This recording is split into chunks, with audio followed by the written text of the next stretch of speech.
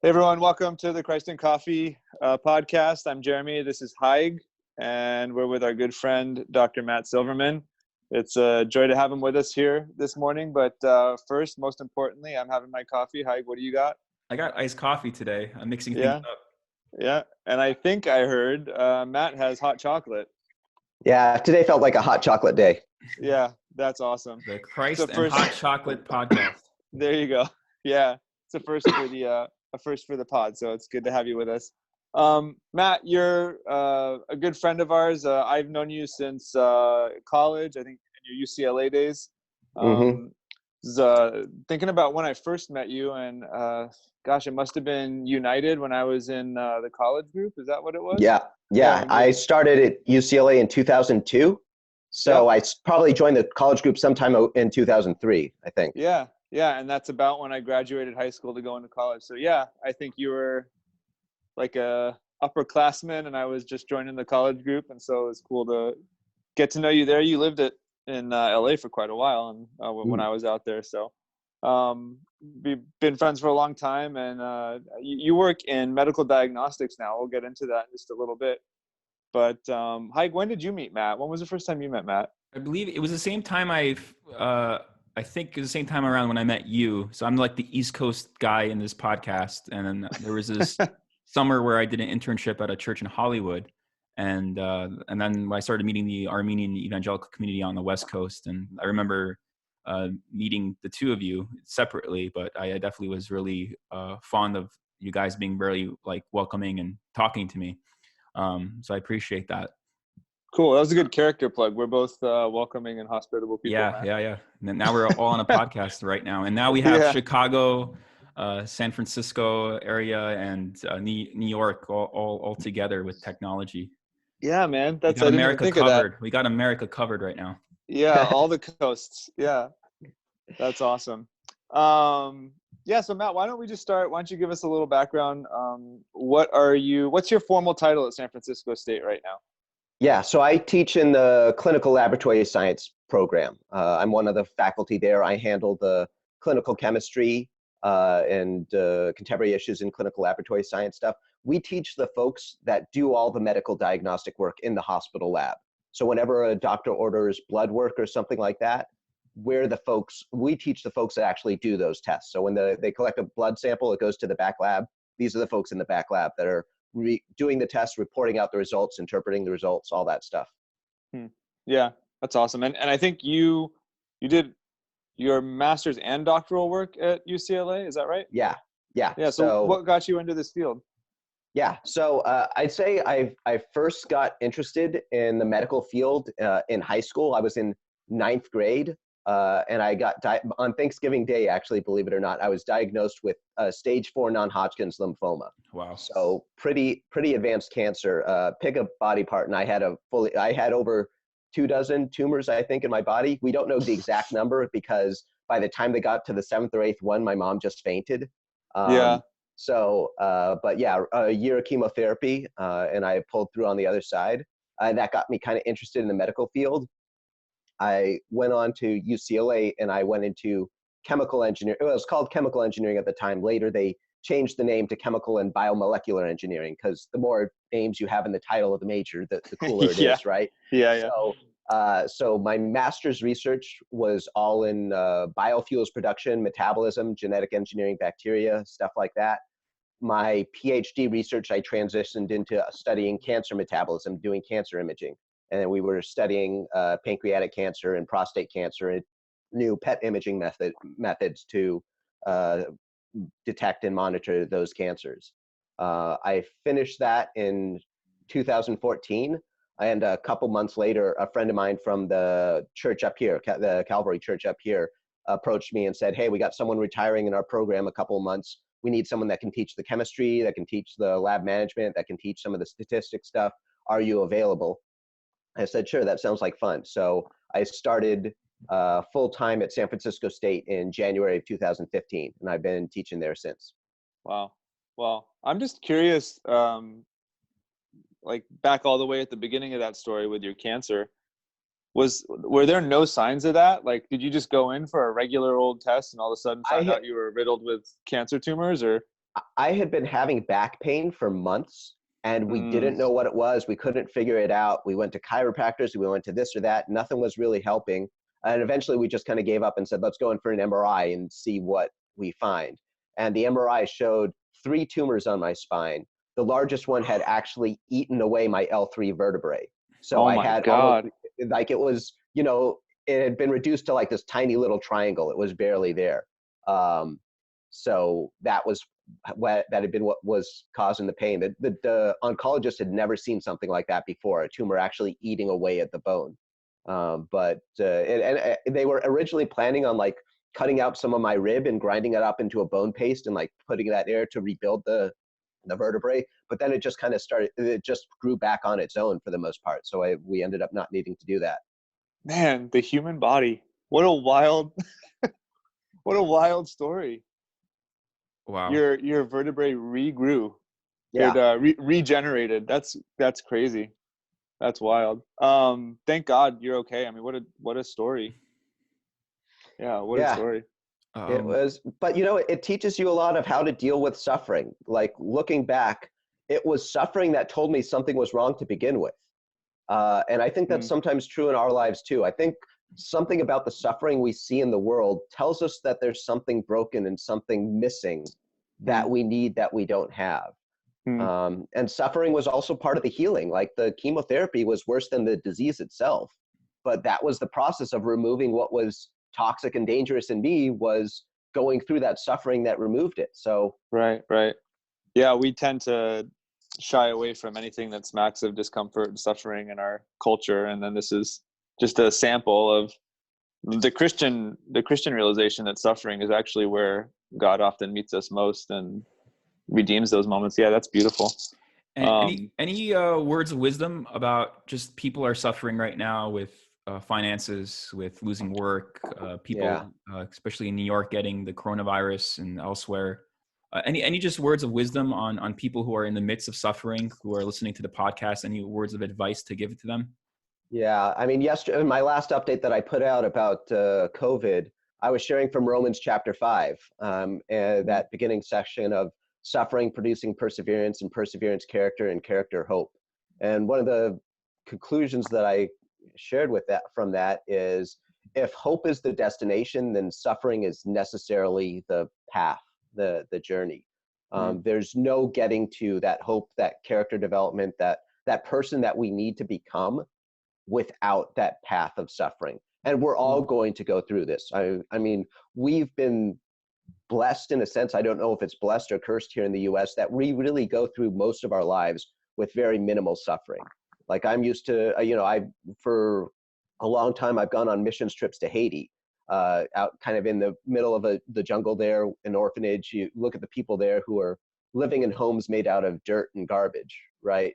And the kind of suffering that we're used to complaining about here in the US doesn't compare to some of the suffering that's around the world. All suffering is temporary. We will go through these seasons in life. They're guaranteed. The question is, what kind of person are we going to become by the end of it? If we use these moments and these seasons well, we will become the person that God intended us to become. And this is going to shape our character into that eternal person, right? Because these bodies are temporary, but our souls are eternal. I'm in pain because of what happened to my back. I'm in pain pretty much every day. So I'm used to kind of a constant feeling of suffering, but every day it's a reminder that this body of mine is temporary. And what really matters is the eternal thing coming after. Wow, thank you for sharing that. I want to now transition now about just talking specifically about the coronavirus. And I have a very difficult question to ask you. What is the coronavirus? Like, yeah, sure. So there are a lot of different viruses categories of viruses that infect humans. Probably the ones we're most commonly used to getting would be like rhinoviruses. They cause the common cold. You've got influenza viruses, cause the flu. Coronaviruses are a whole group of viruses. Some of them cause the common cold. I think about 1/4 of the common cases of common cold in a given year are coronaviruses. The MERS outbreak from like 10 years ago, that was a coronavirus. The SARS outbreak from 2003, that was a coronavirus. So this particular coronavirus is just another SARS outbreak in the latest. This is the third one in the last 20 years. This is less deadly than the previous two. I think the case fatality rate for the MERS SARS virus was something like 35%. And that one still actually pops up in the Middle East from time to time.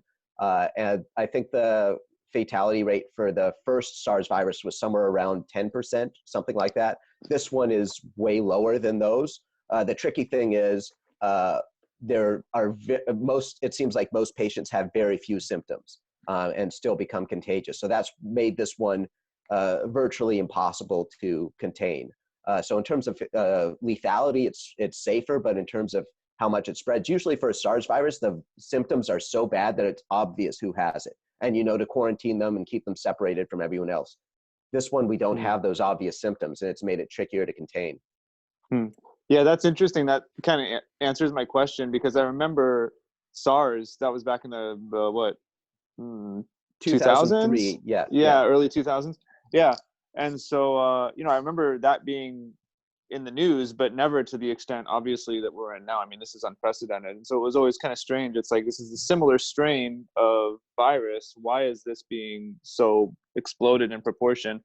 And it sounds like, it's because of the sort of the silence of it, where it kind of works under the radar without many people knowing that they might even have it. I think maybe we could speak to the origins of this. I know that this specific strain developed in a region of China, Wuhan, and I know they trace it somewhat to bats. So that's what we think. So we study viruses in all kinds of animal populations all the time, because we're always looking out for these jumps from animals to human. The most deadly diseases are always the ones that jump from animals to humans, because they're entering a new, the way a disease works is it wants to survive in its host. Most diseases actually don't want to kill their host. They want someplace to live. So they only really become deadly when they jump from one species to another. So that's why we study virus species in animals, because we want to be keeping an eye on them in case they do make that jump to humans. We first identified this, we think it's coming from these bats. We first identified this bat coronavirus back in 2015 in this part of China. And so they studied it back then, and they recognized that it was very similar to the previous SARS outbreak. So they said, this looks, genetically, it looks very similar. Do you think it could make the jump? Would it be deadly? So they tested it out back then, and sure enough, yeah, it was capable of infecting human cells. It was capable of causing disease in mice. So they said, we have to keep an eye out for this one and watch for this one. And sure enough, 5 years later, it finally manages to make the jump. Yeah. So the way, sorry. How does it make the jump? Does it? Yeah. Because I was going to say, there's a lot of people who have said that, this is traced back to like ingesting animal, like eating bats or eating, like, is that how this is transmitted? It doesn't seem like that would be the case, but you're the professional, so how does it work? Yeah. So all viruses, around your cells, they're all, little protein receptors, like little antennas that are sticking out. And each one has a slightly different shape, a slightly different function. And a virus on itself, it also has little antennas that are designed to look for a spot to bind into a cell. And they'll find something like a key that they'll fit. And as soon as they find that fit, then they absorb into the cell and infect it. And we just have some of these receptors in common with animal cells. In this case, this virus uses the ACE2 receptor to get into cells, which is present in a lot of our cells. It's similar to the cells in animals. So all you need is an animal that's infected with that virus, that's got that virus around it. And all you need is you've touched it, and you touch your face. You do something that gives it access into your body.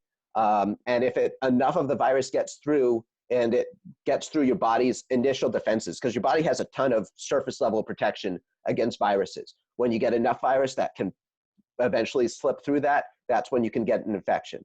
At that point, the virus may or may not be well adapted to replicate in a human cell. So it may take it a while to start replicating and develop some mutation to replicate a little bit better. and then eventually it gets to the point where it can spread from humans to humans. So this would be contact with the animals, not necessarily like ingestion, but it could just be like being present around these animals, them being like, I know that they mentioned that there was near, like where they think it sort of originated was near a marketplace. So it could be people handling them or that kind of thing.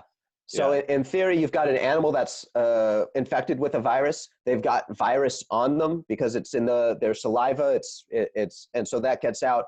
You touch the animal, now you got virus on your fingers, and now you're touching your face, and that's how, or you touch your eye or something, and that gives the virus a chance in. There's also reports about potentially this happening in a lab. Is that something that could be dismissed, or it's still like there's a lot of uncertainty? I would really doubt that this came from a lab. And the reason is this: normally, as soon as a researcher identifies a new virus or creates a new virus, 'cause sometimes we create viruses to test them, the very first thing they do is publish that virus's genome. So the idea that a lab had been studying this thing and it somehow got out, and it would have gotten out like sometime in November into the population. And then that they went 2 months into, like, the genome for this virus wasn't published until early January.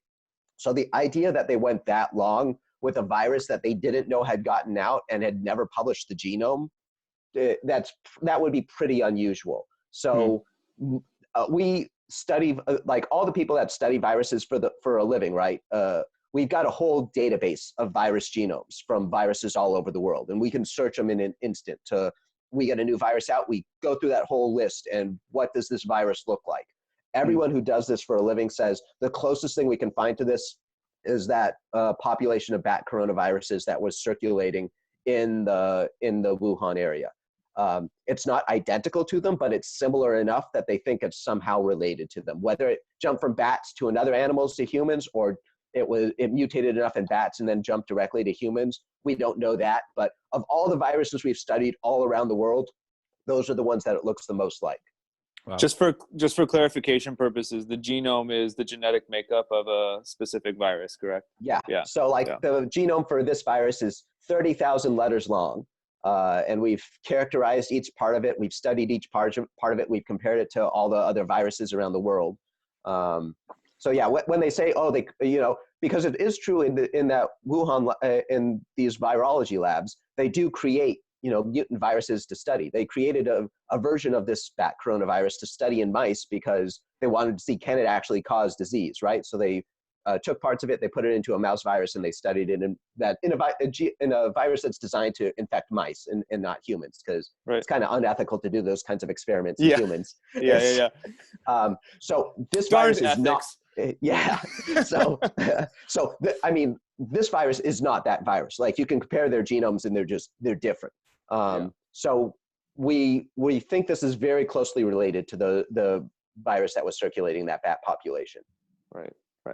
And the kind of testing or production of genetic material like this, everybody does this, right? This isn't just like a Chinese laboratory doing this. The United States, we're all doing this kind of thing too. It's for research purposes. Yeah, people get a little, you have to be a very special lab. Like, there are different levels of biohazard labs. This would be like biohazard level 3 type work. Biohazard level 4 is like, this disease could kill all of mankind if it gets out. Like, so right. So there's only a couple of biohazard level 4 labs in the whole world. Gotcha. That's always the stuff in the movies, right? The scientists created something only to discover that it destroyed all mankind. So we're always looking for that plot. What have we done? That kind of there's like a funny meme about like every bad movie begins with people not listening to the scientist, right? And I find it fascinating that the coronavirus got real the Wednesday when Tom Hanks got the coronavirus and when the NBA suspended its season. And it just boggles my mind how we as a culture, instead of listening to the scientists, we listen to celebrities or the sports icons. So I'm actually happy that the podcast format is actually developing into a popular platform, because you can't talk about this issue in a soundbite. You have to really talk through it. And I'm glad we're having you on as a guest to just share your expertise. So we talk about the origins of it. We talk about the labs, but let's just go transition to what happens when someone gets the virus. What's going on in the body? Why are certain people getting it and it's showing symptoms while others aren't? If you could just speak more upon that, like what happens when you get into contact with this thing? Yeah. So you won't like this answer, but the truth is we're not entirely sure. The doorway that this virus uses to get into a cell is present in a lot of cells in our body. We think the primary route of exposure is through the upper respiratory tract. So around our, the top level of our respiratory, like nose, throat, that part, we do have those receptors open, so can it infect those cells. If that's where the infection stays, then we're probably okay. It doesn't do that much damage up there, we don't think.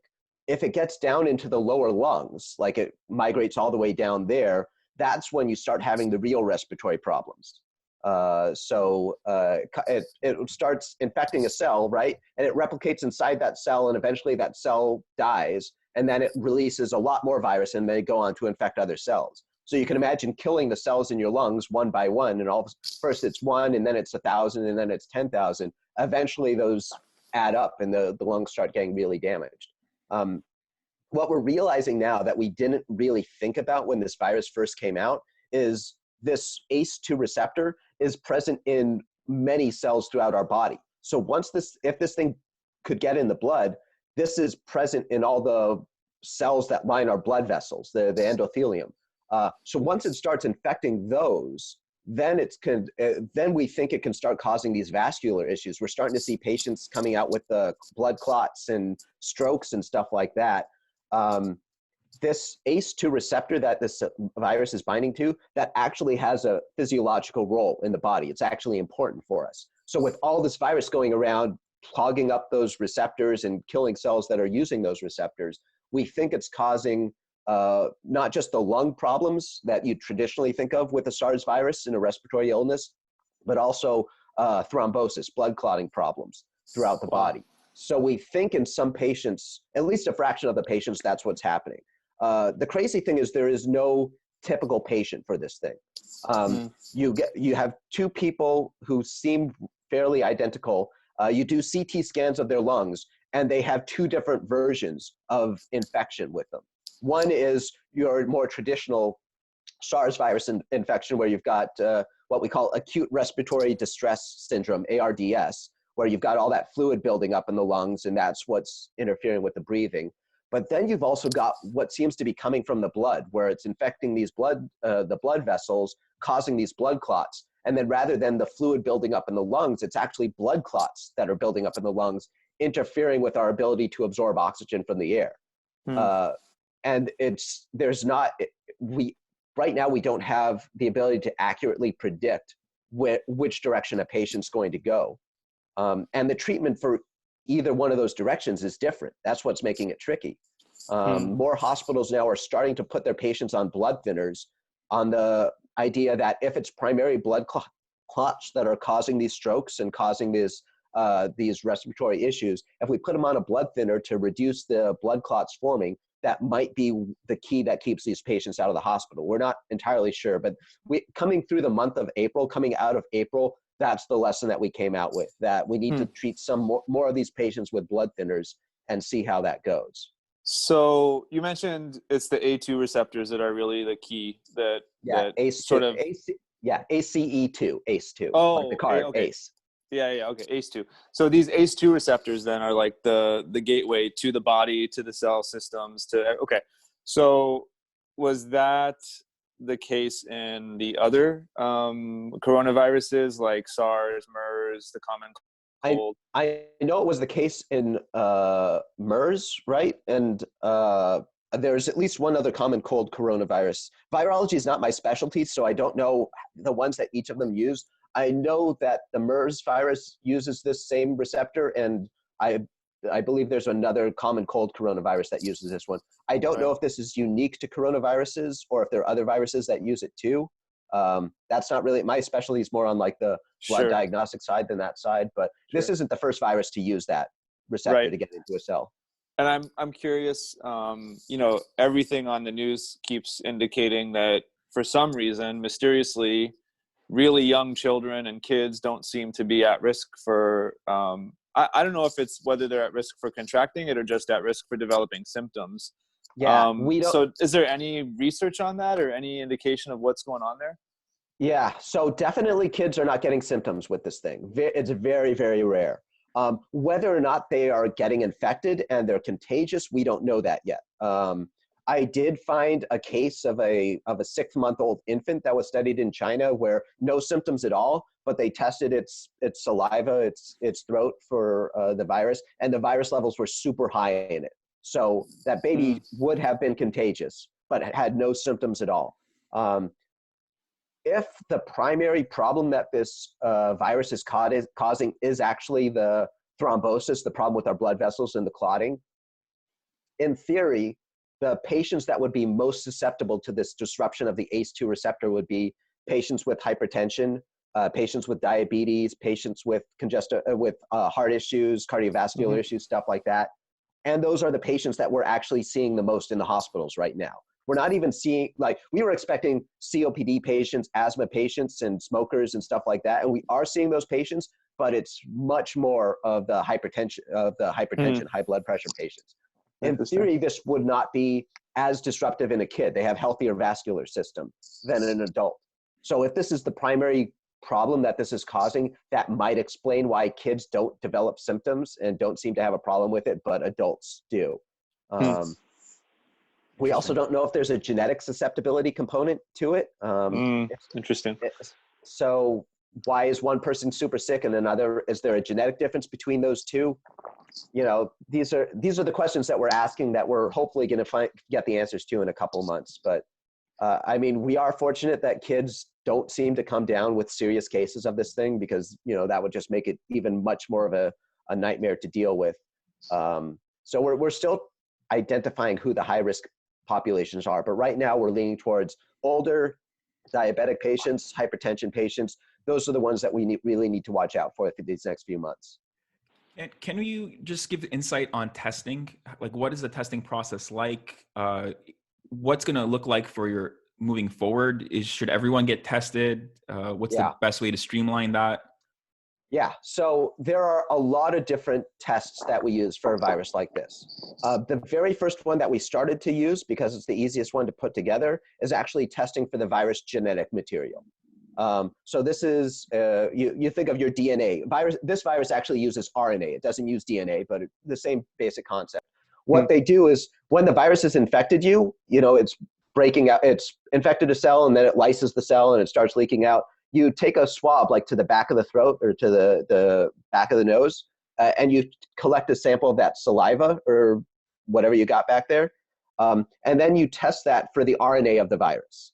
And if you test that and it's positive, and this is an RNA that's unique to the virus, then you know that person is actively infected or they're recently recovering. You don't know if they're infectious technically because the virus could be dead. Like all you know is you're detecting its genetic material. You don't know if it's alive, capable of infecting anything or anything, but you know that the person actively had the infection. And we think that is detectable within about 5 days of a person being affected. So you get infected for 5 days, you will test negative. You test a person, no matter how you test them, you're not going to see anything at all. After about 5 days, you do that and you'll start to see virus RNA there. And that will last through the course of the infection until the body fights the virus off. And then once the body has successfully beaten the virus, then that genetic material starts to disappear because there's no longer virus left infecting cells. And so after some patients, it's taking 2, 3, even 4 weeks for that virus genetic material to disappear. So we don't know if that means they're infectious for 4 weeks or they're infectious for like 1 week and the rest of it, it's just dead virus back there. We're not sure yet. So that's the initial test that we all started doing. Then there is what we're starting to do now, antibody testing. And that's where you are testing for the antibodies that your body produces as it starts to fight off the virus. And you can think of there's 2 main antibodies that we look for. There's like the short-term one and the long-term one. It's IgM and IgG. Those are the 2. So the short-term one we think starts popping up about a week after you're infected, something like that. And that's your body has a whole set of immune cells in it that all have different roles. And very early on, your body recognizes that there's something wrong, and it finds a match, an antibody match that allows it to start fighting this virus. And in the short term, that's the antibody that's what your body is using to fight it. Then you've got the long-term one that's more associated with your long-term immunity. And that we think should peak sometime around 4 months after infection. So that should start showing up within a couple of weeks. And then at least for the previous SARS virus, it peaked after about 4 months and then stayed up for a couple of years. And that is usually what we associate with long-term immunity. So we can test for either of those viruses to tell. For an IgM, that means that it's a recent infection. If it's IgG but no IgM, that means it was probably infection from many weeks ago that the patient has since recovered from. That's what we think.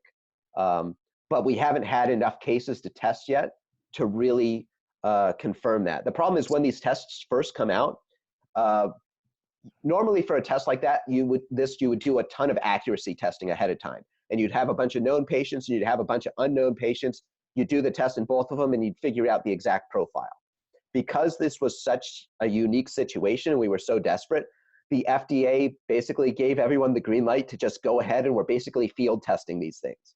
So before, you would have to do all of this testing ahead of time and give it to, and you show it to the FDA, and the FDA looks at it and says, all right, this is a good test, this is a bad test, you're allowed to do this one.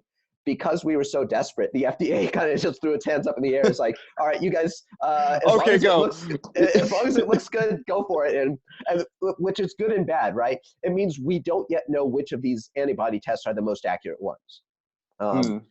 And that can be a problem with a really rare virus. So imagine this, you've got a test that's 95% accurate, which sounds really good, right? 95% accuracy, that should be good. But imagine you've got a disease that's only affecting 1% of the population. I test 1,000 people. It infects 1% of the population, so I expect 10 people to come back. They've got the thing, right? That's 1% of 1,000. But the test is only 95% accurate, which means I'm going to get like 50 people testing positive who don't actually have the antibody. Because 5% of those tests come back incorrectly. So out of the 60 results that I get, 10 of them are right and 50 of them are wrong. Which is, and we don't know, because we haven't had enough time to test them yet, for some of these we don't know what that accuracy is. If the accuracy is 99.9%, then we're all right. But if it's only 98, 97% and less than 1% of the population has it, the antibody test might not be that useful yet. And it's not until you get more of the population infected that they start becoming useful. Interesting. So those are the two main tests we're looking at now. There are other tests for viruses, like antigen testing, where you actually test for the proteins of the virus rather than the DNA of them. But right now, it's mostly antibodies and genetic testing that we're looking for those. And neither of those would be detecting the virus within like the first couple of days of contracting. Yeah, we have no way of detecting a virus that early. And neither of these tests actually tell you if a person's infectious. That's another problem, because you could have a virus in you, but it's dead virus, so not capable of infecting anyone. And that's in any virus, correct? That's not just this virus, just to clarify. Yeah, that's any virus. So now, we spoke earlier that we already have a genome map of this. We already know the genetic structure of it, which means I think we would be able to then develop a vaccine for it, right? Well, so it's not, so yes, the answer is we've got a ton of vaccines in the works. The group that's made the most progress so far is the Oxford group. They've actually gotten to the point where they're already doing the double-blind studies in humans to determine the effectiveness. So they've already determined this vaccine is safe. They've already determined it works in monkeys, the rhesus macaques, the closest species of monkeys to us genetically. That works in them, which means all that's left is to test to see if it works in humans. They actually had a head start on this thing. Is one of the reasons why they made so much progress. They were working on this vaccine for the MERS virus, the MERS outbreak. And so they were doing that last year. They had gotten, like in December or something like that, they were getting success with this thing back then. And this outbreak happened, and they just took that same vaccine and put the proteins for this new virus on it, and they went with it that way. So we had kind of a head start on creating the vaccine for this thing. And the fact that it spread all over the world and there are infections all over mean it's easier to test the vaccine, because sometimes for the MERS outbreak, it's hard to test a vaccine for that because it doesn't pop up very often. Because this is all over the world right now, you've got, tens of millions of people that you can tap into, communities all over the world. Is that why, because typically for a vaccine to come out and for it to be mass produced takes something like what, 3 to 5 years? And, they're saying something as soon as September coming out. So how is it that we skipped years in this process? Yeah. So there was a little bit of luck in the head start that this group had been working on it last year, and they were able to rework it. So first of all, what a vaccine is. We originally got the idea for a vaccine from smallpox. Smallpox was a really deadly disease, and they found that if they they develop all these lesions on them, right? And they found that if you took a little bit from a lesion of a person infected from smallpox and used that to infect someone else, it was less deadly. They still came down with the disease, but instead of a 14% mortality rate, it was a 2% mortality rate. And when you get a deadly outbreak, 2% is sounding a lot better than 14%. Yeah. But then they discovered that if you had cowpox, you were immune to smallpox, which was weird. They're like, well, and so the guy who kind of developed the first vaccine is like, all right, let's give that a shot. So he took the little bit from the cowpox lesion, put that into someone, and he developed the cowpox symptoms and then recovered from that, and then gave him the smallpox, and he ended up immune to smallpox. So the idea is, a vaccine is like a trial run for your body's immune system, like combat training. It's like practice. Exactly. You give them something that looks like the virus, very similar, but doesn't cause the same disease, doesn't cause the same symptoms. Your body learns to fight off this vaccine. It learns to fight it. And then when the actual virus comes, now all the pieces of your immune system that are set up to specifically fight a disease are set up to specifically fight that virus, which means it doesn't have the ability to cause the same level of infection. What's the difference between like a vaccine and a flu shot? Yeah, so a flu shot is a vaccine. Okay, so the difference between, say, the flu shot and a vaccine like measles or polio vaccine or something like that, every year the flu shot is kind of a guess. We don't actually know which flu strains are going to be the most common, most prevalent ones in a given year. So we study, in Australia, we study pig populations because the flu jumps from birds to pigs to humans. That's how the flu progressed. So we study these populations and take a guess as to which the most common influenza strains are going to be, and then put together a vaccine based on those. So this vaccine the Oxford group uses, the way that this one works is it's a virus, but it's a virus that's not capable of replicating in a human. So they use an adenovirus that infects chimpanzees, I believe. So it's an adenovirus that infects chimps. They set up the outside so it looks just like this SARS-CoV-2 virus. So the outside looks the same. And then when your body starts fighting off this kind of dead virus, because it can't infect a human, when your body fights that off, then it develops those antibodies that are specifically specialized to deal with those viruses. And so then in theory after that, a person will have a much better resistance to the virus. I think, and they're testing it out in, I think, 1,000 people right now. They're starting it off the first week with just a couple people, and just to make sure there's no adverse reactions or something like that. And then they're slowly going to work up to 500 people-ish with this vaccine, and 500 people with kind of like a placebo vaccine, a meningitis vaccine. And they'll study those populations for the next couple of months and see if the ones that had the SARS-CoV-2 vaccine did much better than the meningitis vaccine. So influenza, the flu, it's going to constantly be different each season. Is the COVID going to be similar to the flu, or it's going to be like a one-shot vaccine and we're done with this? Like, That's a really good question. We're not sure. We do know that the flu mutates 10 times faster than this SARS-CoV-2 virus. So the flu mutates way more. We've studied all of the like we sequenced the genome of this SARS-CoV-2 virus everywhere, all around the world. We're looking at each outbreak. We sequence the genome. How different is this? Glancing through all the genomes that we had a couple of weeks ago, I didn't see any that differed by more than 1%. So our estimates are this doesn't mutate as much as the flu. Whether it's capable of the question is, can it mutate enough that it becomes resistant to the vaccine? And we have a little trick that we can use with the vaccine that can help with that, because they're rigging up this vaccine to get your body to produce antibodies specifically to that protein that affects that gets to the ACE2 receptor. Which means if the virus mutates so that it's no longer susceptible to that antibody, it's lost its ability to infect the ACE2 receptor. So our hope is if you get just the perfect antibodies to the thing, you make the right vaccine so your body makes the exact antibodies you need. If the virus does mutate, it loses the ability to actually infect the human, and then it doesn't matter at all. Okay. That's our hope with this design. And I think there's been some talk about whether or not this will be a seasonal kind of a thing, whether it will come back during the fall or during the winter again next year.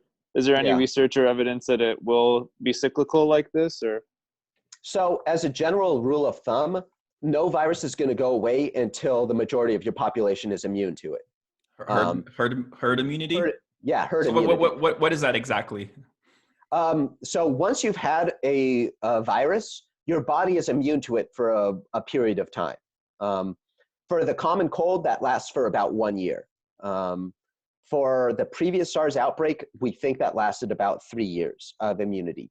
It kind of depends on how the antibodies that your body produces this thing and how much of your immune system has actually geared up to fight it.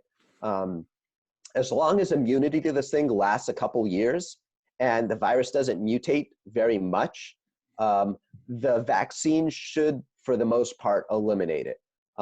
It can because it made this jump from bats to humans, it could always, in theory, make that jump again, or whatever animal it jumped from animals to humans.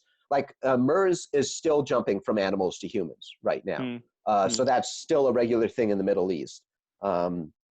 This could make that jump again, but if it does again, by then, in theory, we should have a vaccine for it. We'll know better treatments for it, so we'll be better prepared to handle it next time.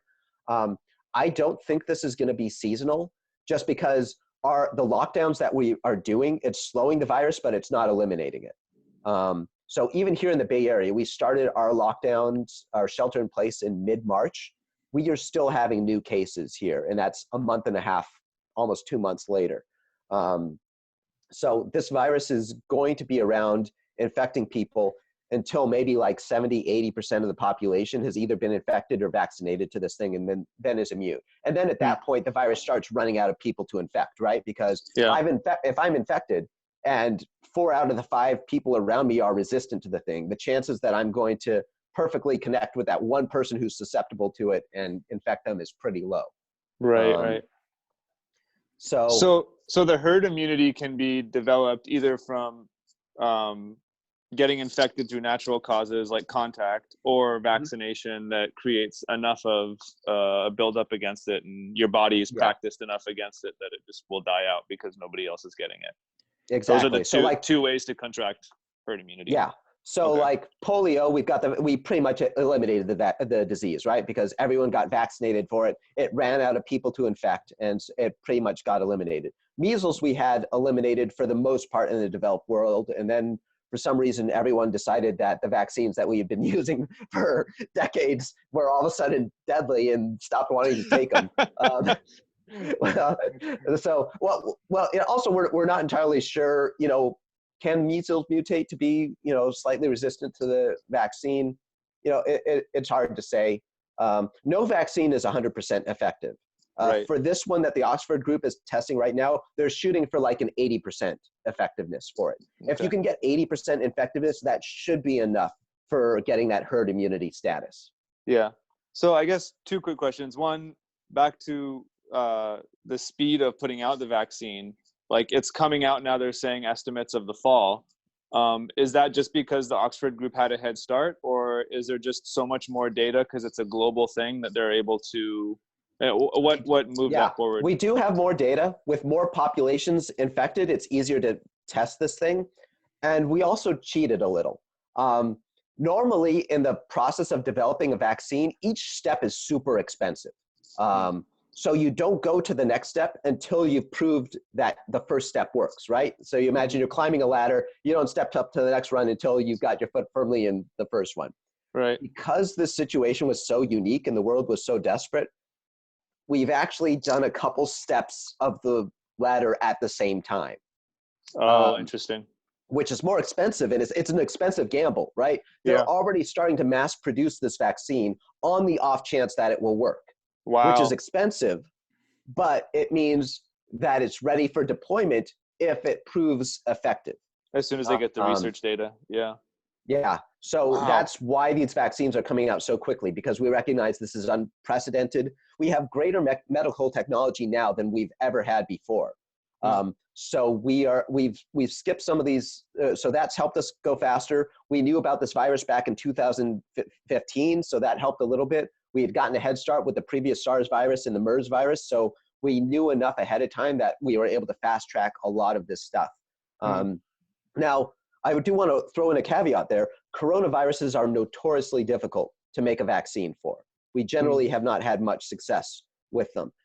Very often what happens is you'll try to make a vaccine for a coronavirus, and rather than a vaccine that makes your body fight it off better and do better, you actually have an antibody aggravated disease, where when you get infected with the disease, it's actually worse. I mean, not necessarily fatal, but most of common colds, like you cough, you sneeze, and then that's it.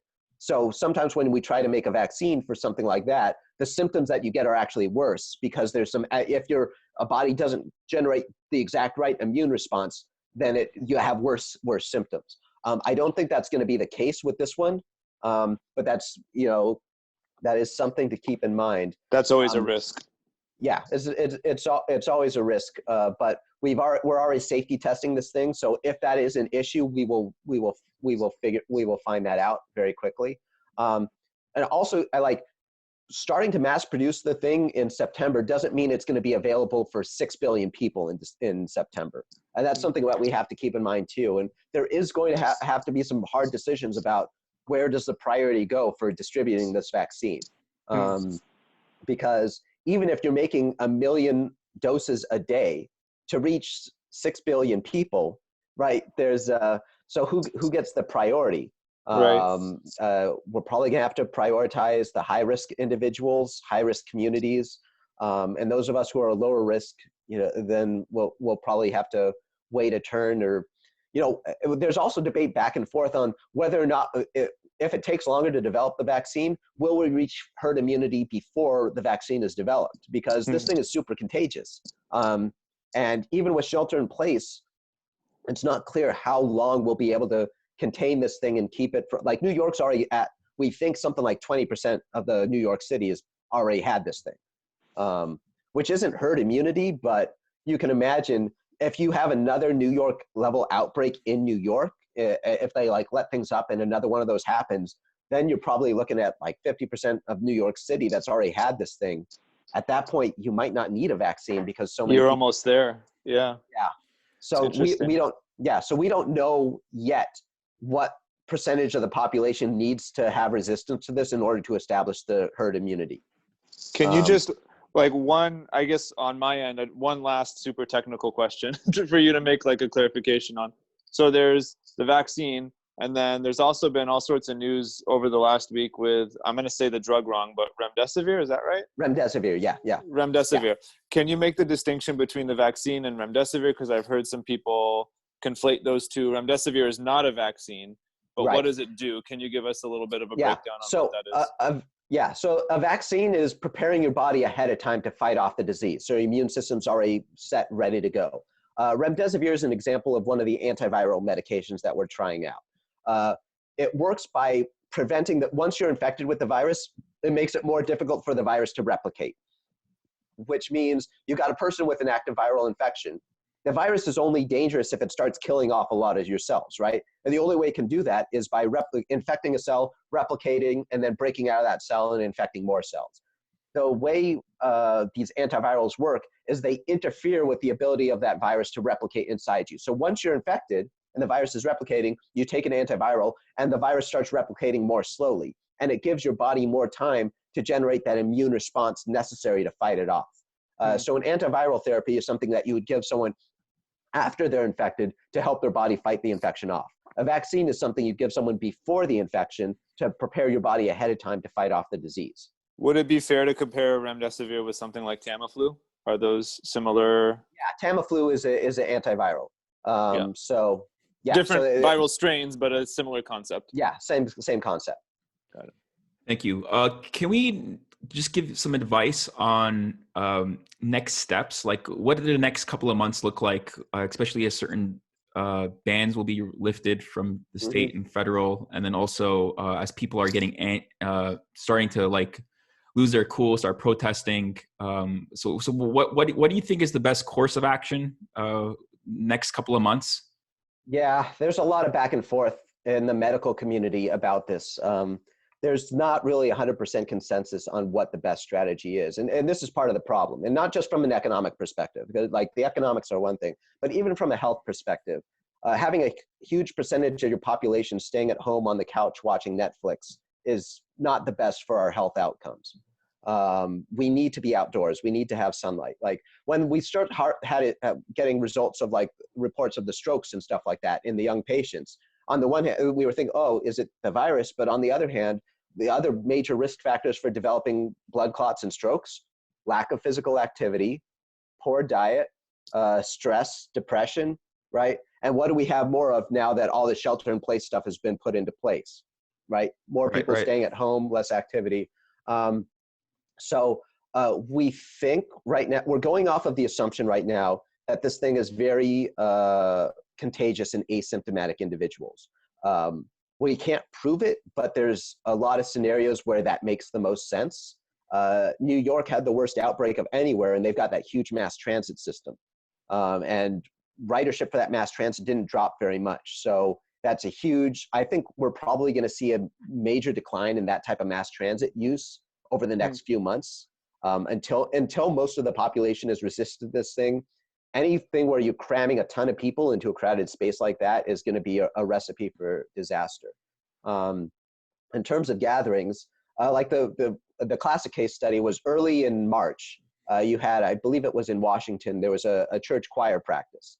And they had this choir practice. No one had, there were 60 people there. No one had any symptoms. Everyone was keeping their distance. And then a couple weeks later, they find out that 45 out of the 60 are testing positive for the virus.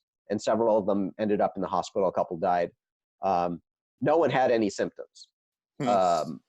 And they were keeping their distance. It was indoors, but so was there one person sick that infected everyone else there somehow just by singing? Were there multiple people there that were sick and they infected other people? Did all those people get sick independently and it was just a coincidence? Right now we're functioning off of the assumption that with enough, that there's enough virus present in like the little respiratory droplets that are coming out of you, that if you've got an enclosed environment that's crowded, you have the potential to infect other people. So that's where a lot of the wearing masks comes into play. Like if you're going to be indoors, if you're going to be interacting with other people, we think that by wearing a mask, it's going to severely limit the ability for you to spread it to other people because it's going to trap a lot of those respiratory droplets in you. You still have the potential to contaminate other people. Like if your mask is infected because you're talking into it, coughing into it, and you touch your mask, now you got virus on your finger, right?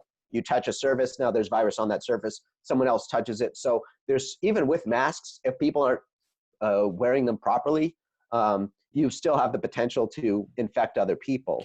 I think probably a good going forward strategy is shift as much as we can outdoors. Wind dispersing this thing is going to be a good benefit because even if you are putting out virus in the air, the outside air is a much more wide environment, right? The air is going to blow it, it's going to blow it out of the way. Viruses tend to not do very well in sunlight. They were sharing that data too. What's interesting is we actually have identified a unique UV light frequency that is short enough that it doesn't cause it can't get through your skin, so it doesn't cause skin cancer or eye damage the way normal UV light does. It's it's too long to be ionizing, like it's not as dangerous as it's not X-ray or gamma radiation, but it can kill the virus. And so it's these UV light bulbs that do this are expensive. They're like $500 a pop, but they're not as expensive as shutting down an entire business for 5 months. Yeah. Right. Point well taken. So the FDA has approved. Yeah, so the FDA has approved these things to try them out in hospitals and see if that helps with infection spread. If that works, you could put those every grocery store, every school. You could put those things everywhere, and they wouldn't just help with this virus. They would help with influenza and all the other viruses too. Wow. That is something that might come out of this. They were thinking that it would be years for this to come out, but because of the desperation, because of they've been working on this for years, and they were slowly going through the FDA approval process. Then this came along, and they're like, "Hey, let's speed this up a little bit. Let there be light." Yeah. Well, Exactly. there you go. So, yeah, you hinted at people miswearing their mask. How do we avoid miswearing our mask? What's some safety protocol?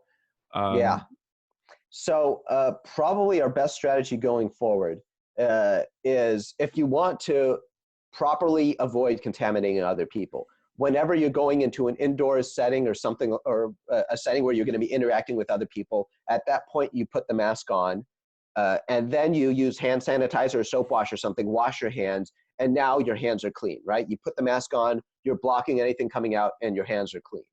And now you're interacting with your environment.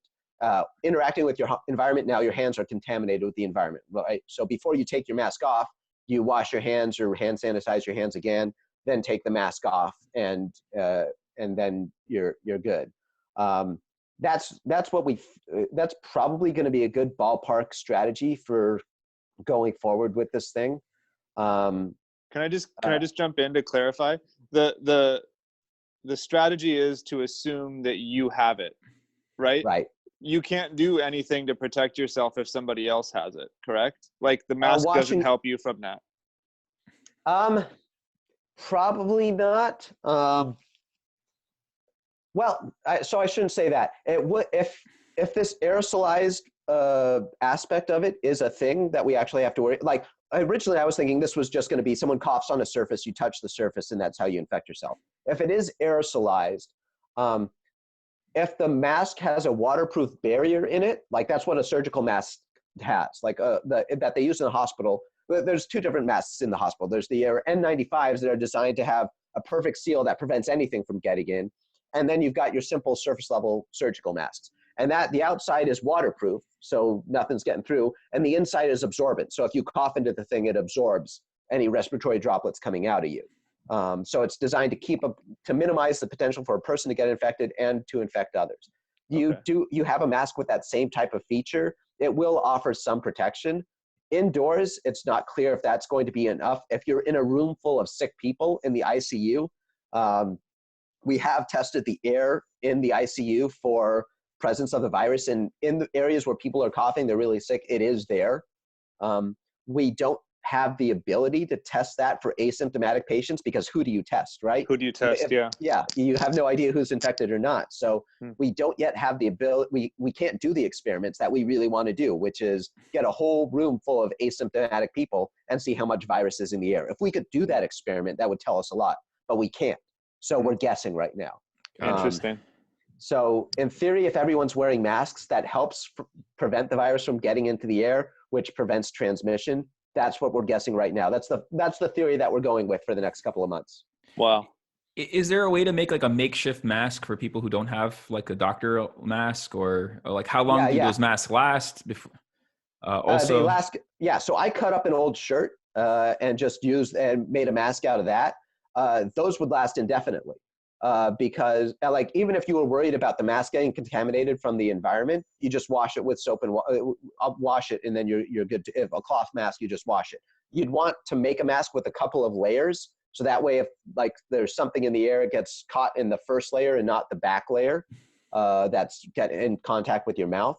But yeah, any barrier between your mouth and the environment, your mouth and nose. So you want to cover both your mouth and the nose with something like that. Anything like that should be enough as long as you're washing your hands regularly to minimize exposure. And we don't know if that alone is sufficient. Like, we still don't know, is a full-on shelter in place necessary, or is all we need a public that's aware that this thing is contagious and everyone wearing masks and everyone washing their hands every 30 minutes. It's, oh, sorry, what are you? No, go ahead. Yeah. So like, it's interesting, like in the back of the lab, like you're working, cause I see people around like wearing gloves and wearing masks, and gloves don't really help you. Even in like the microbiology lab and some hospital labs, a lot of the people there that are working with the bacteria, like they'll streak the bacteria out on plates. A lot of the times they don't wear gloves because they want to be able to feel, they want to know if they touch something. And so rather than wearing gloves, they just wash their hands compulsively. Like every time they do anything, they wash their hands afterwards. So gloves probably, on the spectrum of PPE that we have, gloves are probably less useful here.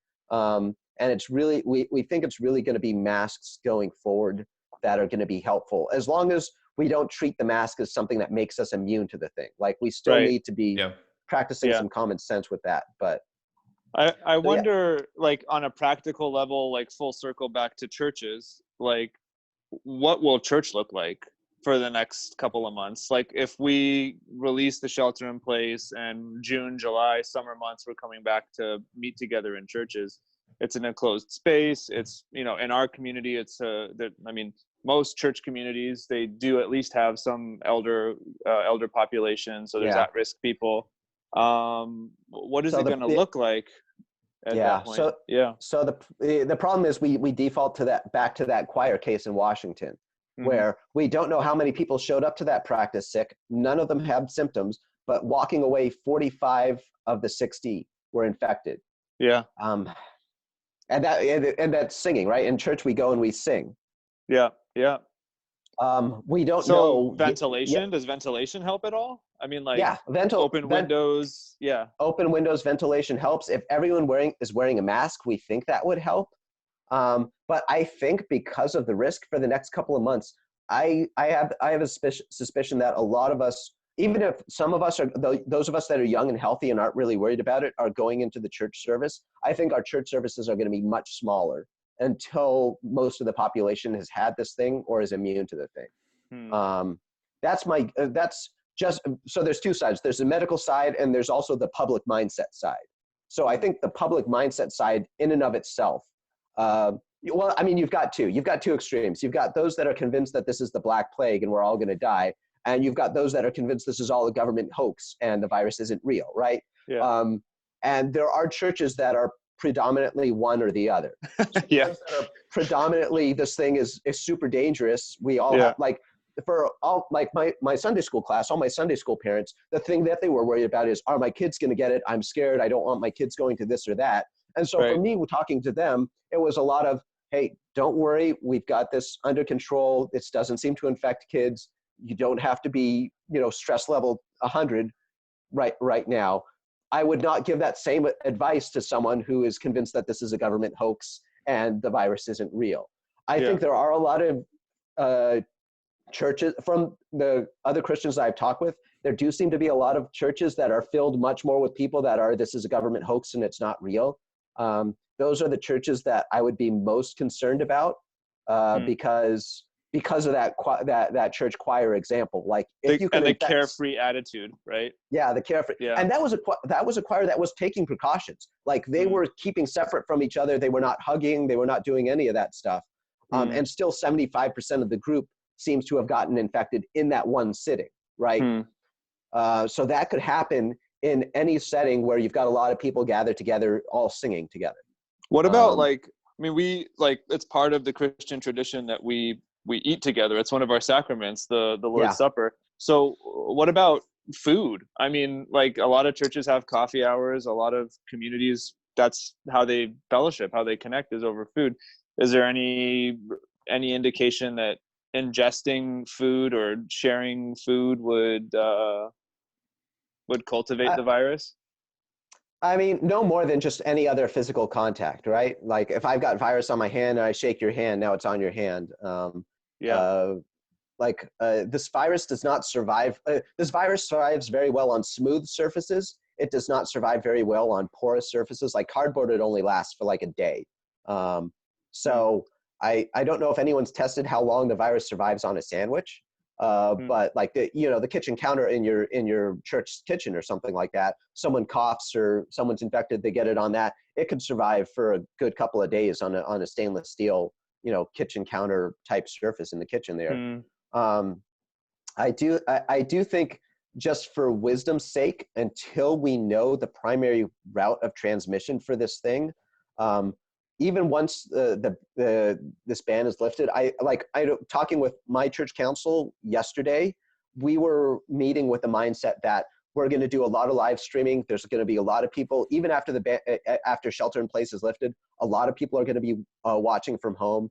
Even if we gather together, it's going to be limited gatherings with people that we know have been well isolated and no one's had any symptoms. That's probably going to be that's probably going to be, if shelter in place is lifted in say June and there are very few cases, that's probably how we're going to be handling the summer. And we just have to keep a tight eye on where our levels go from.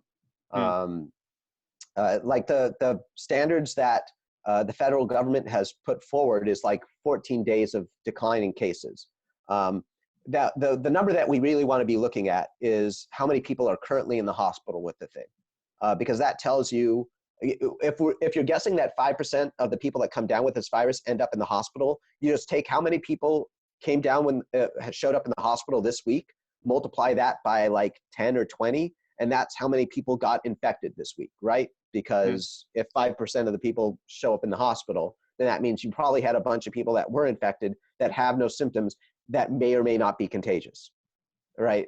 That's the question going forward. But yeah, the more well ventilated the space, the safer you are. The more isolated everyone has been and confident that they haven't been infected, the better you are. The more everyone is wearing masks, the better you are. So all of those are levels of safety that we can add on to stuff. And we'll probably get some hints, like here in the Bay Area, some businesses are opening up this week. Like the most of the shelter, a lot of the shelter in place is still in effect, but we're opening up some stuff, especially to like outdoor activities, outdoor business operations. If we can have business operations where everyone's wearing a mask and everyone's keeping their distance and there's minimal chance for infection going forward, let's see what things look like in the month of May in the Bay Area. I think a lot of it also depends on how these treatments come out. Remdesivir was the first result, and it may not have looked very impressive to a lot of people because the results are like, all right, it decreased your hospitalization time from 15 days to 11 days, and it decreased your case fatality rate from 11 point something percent to 8%. And that doesn't look like that much. But keep this in mind. You've got a bed in a hospital, and a patient is in there for 15 days, right? So that one bed in a month can treat 2 patients, right? 15 days for one and 15 days for the other. Now you've decreased the amount of time they need to be in the hospital from 15 days to 10 days. Now all of a sudden that same bed can treat 3 people, right? Right. So by doing that, you've increased the capacity of your hospitals by 50%. Yeah. And this is our first coming out of any kind of proof that any medication works. Like when I was talking to someone else, I would say this is the equivalent of being in the dark and blindfolded and throwing a knife and actually hitting a target. Right? You're not going to hit the bullseye, but the fact that you hit a target at all tells you that you are in a better spot than you thought you were. Right. We've got a ton of other medications that are in the works now that are already in the stage of trials that remdesivir was in. I think as we're going to come through, some of those are going to look just as good, and we're going to get more and more steps in place. So I think that's going to be a huge factor. If we have a medication that keeps people out of the hospital, like that's the big thing. Like operation in the ICU for 2-3 weeks is a huge burden on the healthcare. And once they end up on a ventilator, survival rates are less than 50%. If we have a treatment, if with the blood thinners and with the antivirals, we're keeping the majority of the cases out of the hospital, we might no longer care whether or not anyone gets infected with the thing. Because right now the problem is it's, got a case, or guessing the case fatality rate of somewhere around 0.5, or an infectious fatality rate somewhere in the ballpark of half a percent. And those patients that need ICU care, it goes for like 2-3 weeks. If we reduce that intensive care to like 1 day, like all it takes, or remdesivir treatments are 5-day treatments. They found that that was working to get these patients out of the hospital.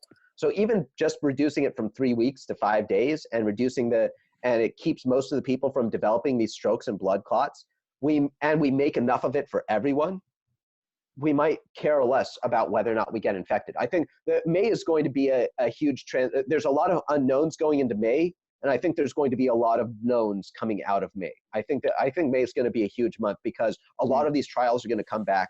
We're going to get a better picture of how this is spreading as some places are starting to lift their restrictions. They're lifting some restrictions, but not others. And so now we're going to be able to compare one region to another. All right, this is a rural area. Almost no one's interacting. Do we need any restrictions there at all? Probably not. This is a crowded city. Everyone uses their mass transit. Do we need to keep the mass transit shut down? Probably. Right. So those are the questions we're going to be answering during the month of May. This is definitely a pivotal month. We'll see. A lot of the unknowns hopefully will all be answered, like you said. And I think it's just important, like you also reminded us, to avoid the two extremes of thinking this is the bubonic plague and also this is like some crazy conspiracy. And it's really hard to walk that fine line of reason. And I think it's important for all of us to just make sure that we're cautious but not fearful. We're taking all the necessary steps to care for other people, even though we may not be showing any signs of this. So I'm more on the optimistic side of things because the majority of this population seems insanely resistant to this virus, as near as we can tell. I'm guessing that we're going to have more luck with the antiviral therapies and some of these treatments than some other people are thinking, because it seems like our immune system doesn't need that much to fight this thing off. Most people don't develop serious symptoms. Most people don't even know they have it. I think if that ends up being the pattern and that ends up being the case, we get some good medications that we can easily give to people. The more people that get infected with this thing and recover, the slower it spreads. Right. Which means even once they get to the point where they start lifting restrictions in New York, even if they have more cases, it's not going to spread as quickly because more people are resistant to the thing. And now much more people are going to be cautious, right? There's a lot more mask wearing. There's a lot more, if you can work from home, like all of that stuff. But it strikes me as probably a good way to wrap everything up and end things on a high note. Could you maybe walk us out with like 2 or 3 points of good news to kind of hand us a little bit of that optimism you have? Maybe 2 or 3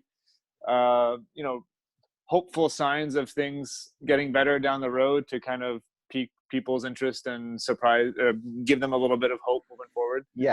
No, I think there's a lot of reason to be hope for this thing. One is we have more tools at our disposal than we ever had it before.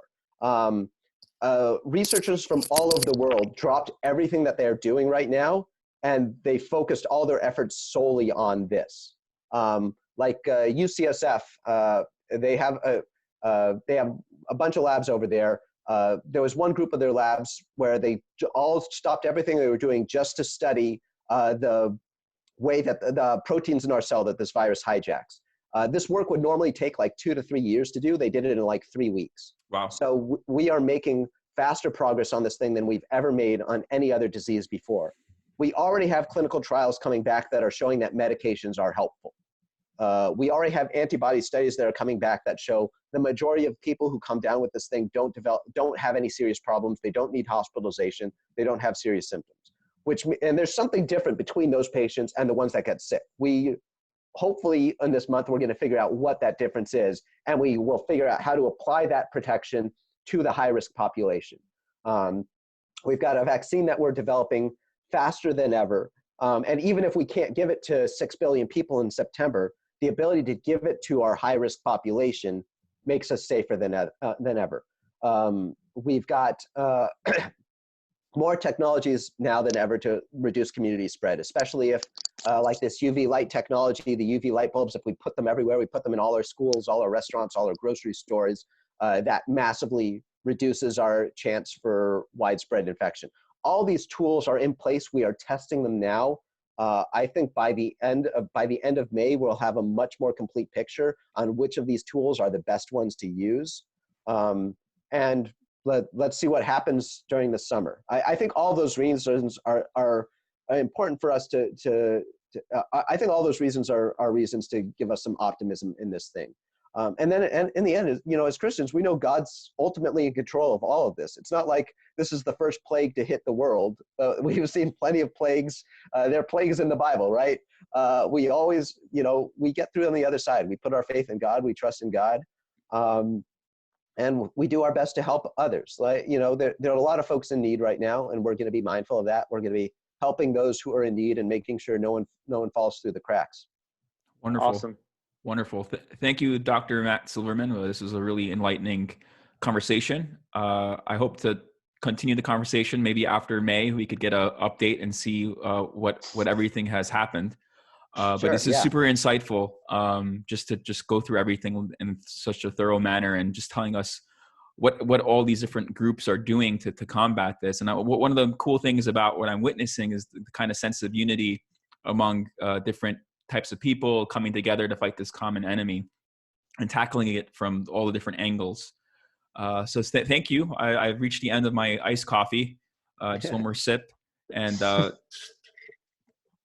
just thank you for joining us. And I thank you all for listening on the Christ and Coffee podcast. Stay caffeinated. Remember to not be fearful, but act in faith. And we're going to get through this. There's no reason not to be optimistic. It's just another hurdle in the way of the human story. So let's all be wise and help each other out, especially those who are in need.